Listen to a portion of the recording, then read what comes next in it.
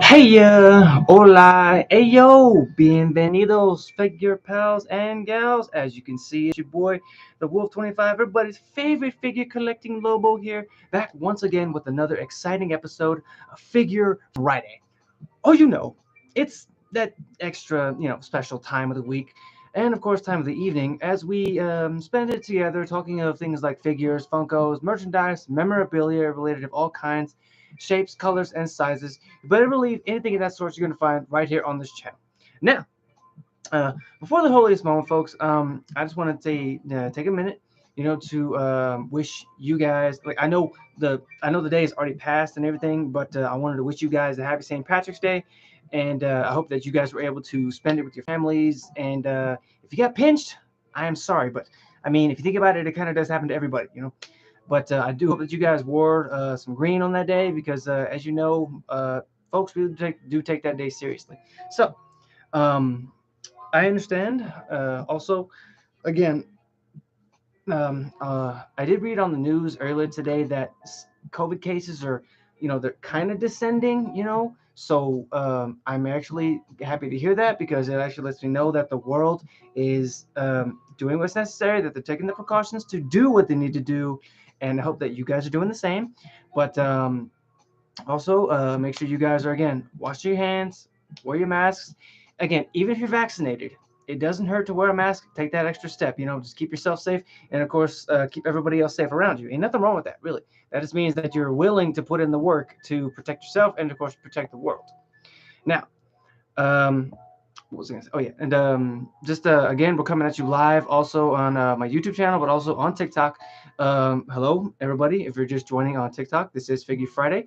It's season 4, episode 11, and as you all know, see, it's just a quick recap. Just for those who are sort of rejoining or haven't really known about it. Um, if you haven't already, like basically what I do here is I'm a figure collector, right? So what I do is I bring the figures that I collect onto this channel. I talk a little bit about their history. I introduce them, and I let you guys know like what universe they're from, and I also include like some fun facts about them. Like I try to include as much information as possible. And I mean, even if you know about that stuff, I feel like I want to be able to contribute and just give my 2 cents, and just to help share with everybody else who didn't know. But and also, I do hope that you guys had a great day today, and I hope that it was sunny and sunshine filled with smiles. Yes, indeedy. No, and again, I do have something to drink. It's power. It's Gatorade. Please, I don't drink. I don't drink alcohol. For those of you guys who don't really understand or can't comprehend, it's true. I'm probably like the most sober person you'll ever meet in your entire life. But we have hit the 3-minute marker, so we're gonna go ahead and get started. I want to say hello and welcome back for those who are just joining us, both on YouTube and on TikTok. And if you're gonna be watching this as a highlight, welcome also. So. For tonight's episode, we will be introducing 2 new figures from 2 different universes, very different universes. And one of them is actually filled with heroes, villains, and vigilantes, and guys who fly around in bat suits. And of course, the other is a world of just shifting robots and who that resemble dinosaurs, while being piloted by teenagers with attitude. So I invite you guys again. Sit back, relax, kick your feet up, take a deep breath, and just relax with me on this fine Friday evening because, as you all know, it's just you, me, and the merchandise of tonight. So, why don't we just go ahead and get started, huh? First up, I thought that we can go ahead and take a ride into the DC universe to introduce our first guest of the evening, who isn't your average hero.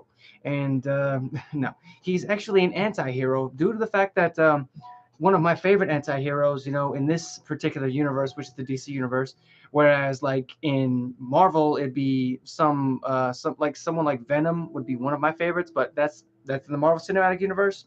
Tonight we're talking about the DC universe. Now, as I said, he's unlike any other hero or anti-hero I'd ever seen, due to the fact that he doesn't have such things as like super speed or Eric the Bear. No, What do you mean no, Eric? I gotta know. What do you mean no on, boss? You can call me X. I appreciate you for the follow, man. I appreciate you so much. I just got the notification. My bad. But as I said, he doesn't have super speed, flight, heat vision, gadgets, or anything like that. But instead, he actually rides on a chopper or a hog or a motorcycle, if you will. So please, ladies and gents, give a big Wolfpack an official welcome to Mr. Lobo. Yes, yes, that's right, folks. The main man of the DC universe has rode his way into tonight's episode, and of course, looking like a certified badass. Like I ain't gonna lie. And again, this is of the McFarlane family, just for those of you guys who didn't know, because this is the DC Rebirth version of said character. I apologize for the noise, folks. This plastic kills me every time. Did you know that a candle's flames smell like burnt nose hairs? You know, I actually did know that, my good dude Talis. I did know that. It's really weird. Like, I mean, you would think that it would smell like the scent that's on the candle, but for some reason it's like it's burning. You know, it's like something's burning, but I really don't know. Like, what the heck? But let me guess. Give you a look at him. Bam! There he is. And again, as I said, this is the DC Rebirth version of the character. Oh yeah, I'm loving the jacket. I ain't gonna lie. It says "Bite me, fanboy." I'll give you guys a look on YouTube. As I said, he's looking hella buff and just looking hella awesome. And of course, he does come with one accessory and a yes.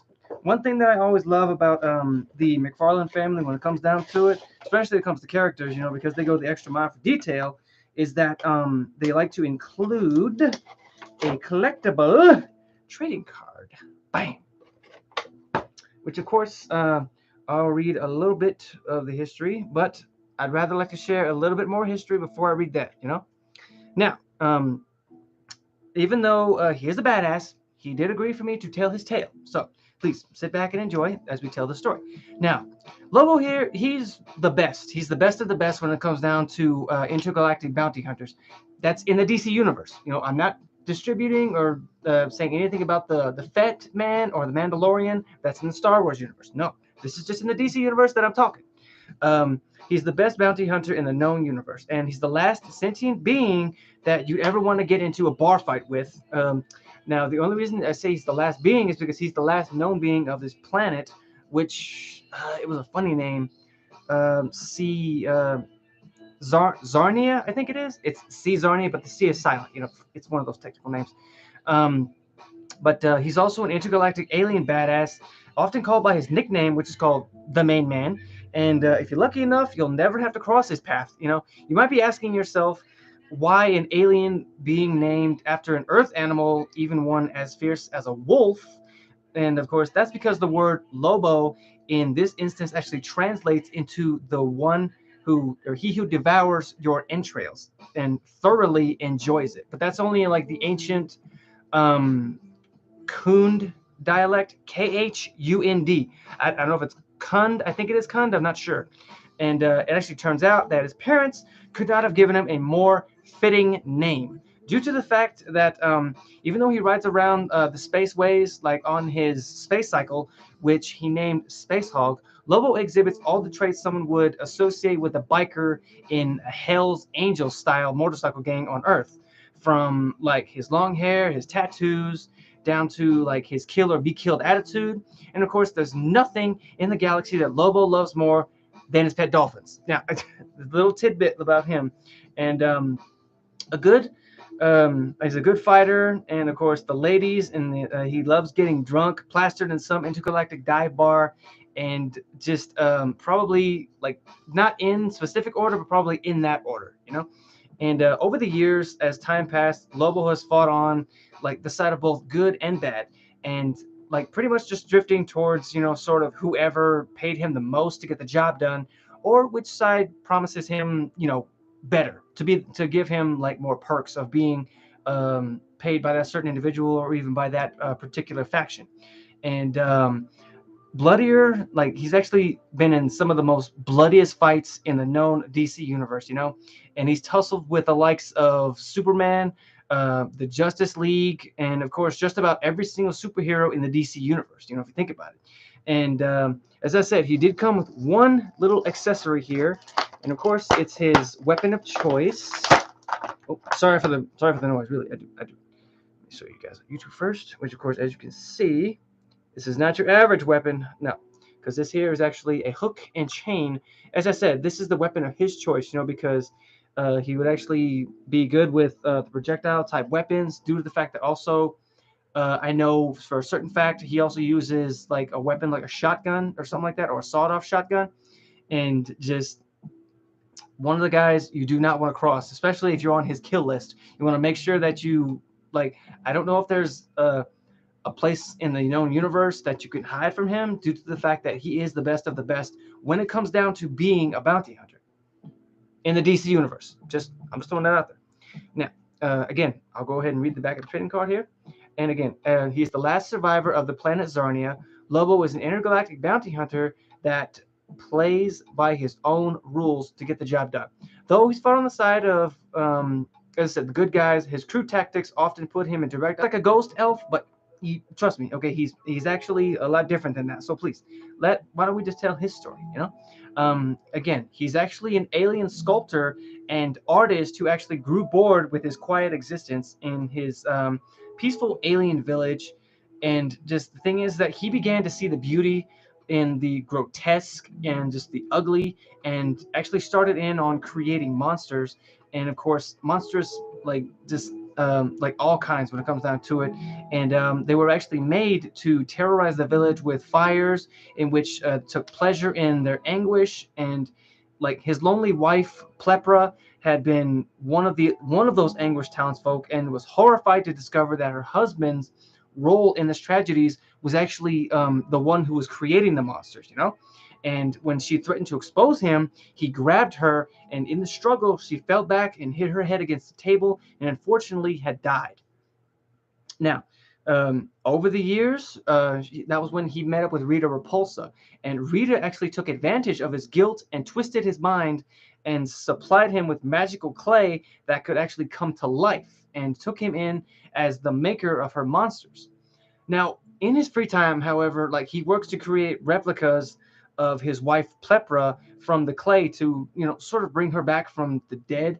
However, the thing is that since she's made out of clay, it's just her form never stands still, and it's never solid. So it's just her will for him to stop actually continues to live on, leading him to savagely dismember his creations before even trying. And Finster was actually once the helper of Rita Repulsa, who created her monsters and weapons. And a little bit later on down the line, he, along with some other henchmen that he met up with, was actually caught by Zordon and put into imprisonment. Now, after a lengthy prison sentence of about 10,000 years, he, along with Rita and her other henchmen, were freed. And during the first season of the Mighty Morphin Power Rangers, Finster was actually primarily responsible for creating the monsters and the putties that the Rangers went into battle with. And, just although, his function fell to Lord Zed after his appearance, Finster actually did this by sculpting the monsters out of clay and cooking them in a special oven, or like a kiln or a machine. And in his workshop called the Monstermatic. And you see, not only is he skilled at supplying monsters and henchmen for his leaders, but he's actually shown to be skilled at alchemy and and making potions. Similar to that of another character on the Mighty Morphin Power Rangers.